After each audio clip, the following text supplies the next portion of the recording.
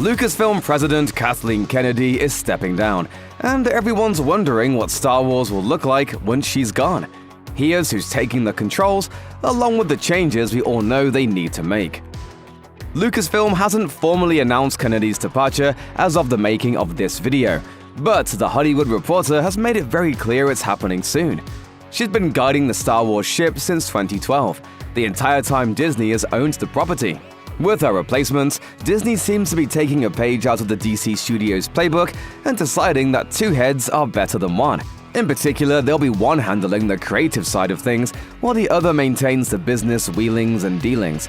The James Gunn of the new Lucasfilm leadership will be current Chief Creative Officer Dave Filoni. Longtime Star Wars fans surely know his name from being one of the creative forces behind Star Wars Rebels, The Mandalorian, and Ahsoka. Handling the business side, making her the Peter Safran in the equation, will be Lin-Wyn Brennan, the president and general manager of Lucasfilm Business. Kennedy's tenure at the Star Wars helm has included some very high highs, but also some notable low points.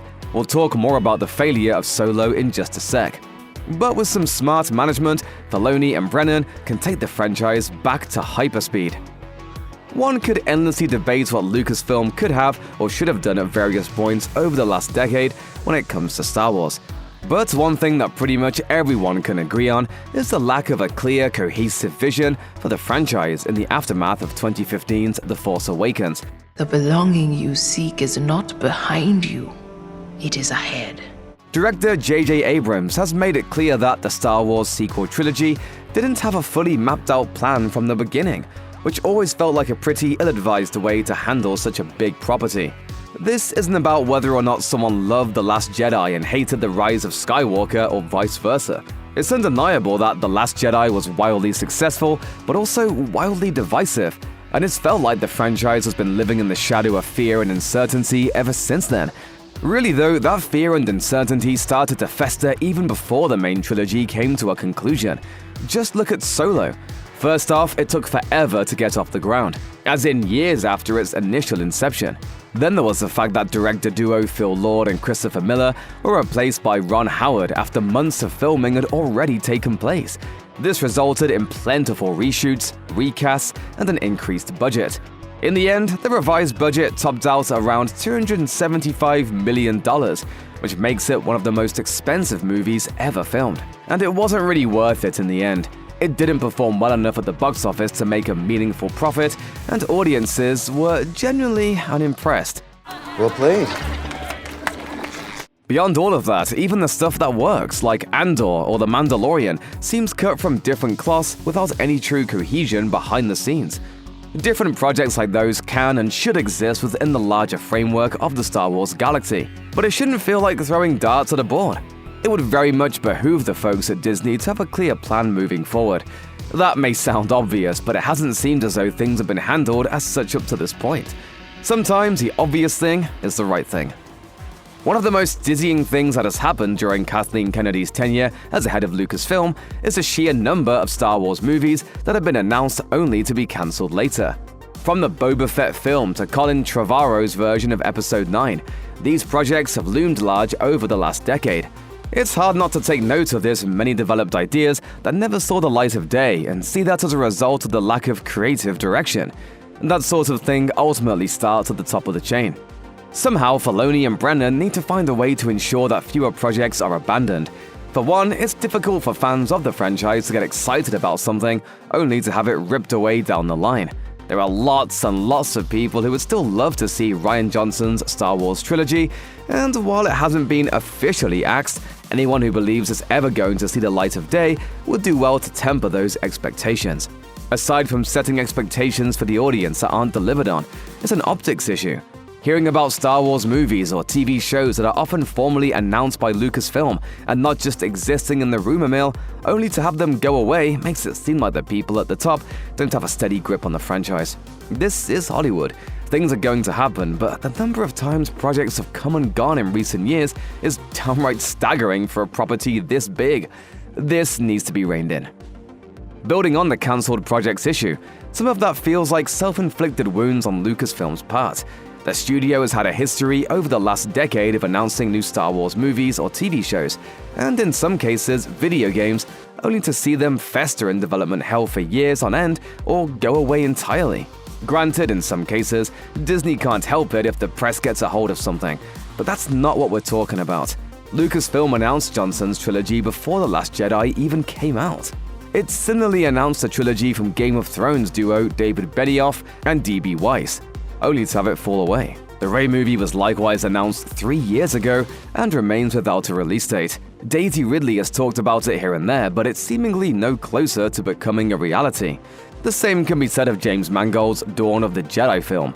Meanwhile, Filoni is set to direct a Mandalorian spin-off movie, but that feels dependent on the Mandalorian spin-off series wrapping up first, so that delay at least makes some sense.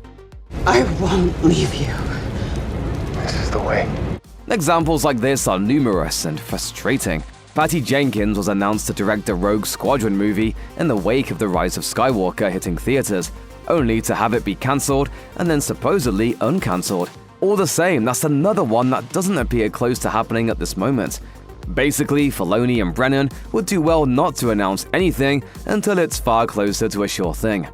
The need to build hype is understandable, but the damage announcing these things too early on in the development cycle has done is far greater than any benefit it's provided.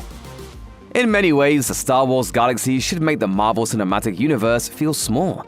It is an entire galaxy after all, with thousands of years of stories to explore.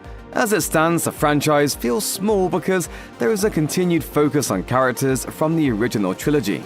And while there are times where leaning on those legacy characters makes sense, like having them pass the torch in the sequel trilogy, it does feel like it's holding back the potential for expansion and moving beyond what audiences are already familiar with.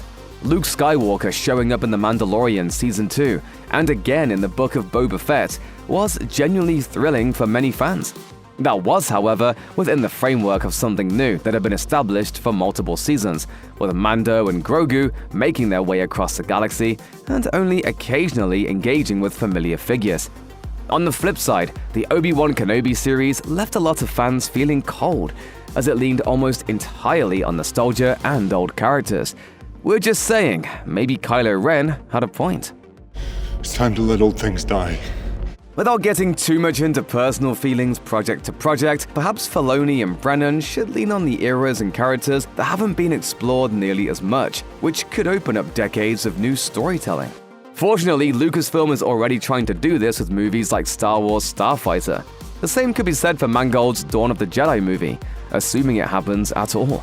That's not to say that legacy characters should never be used, but it currently feels like they're severely limiting. It's a finite way to approach a universe of infinite possibilities.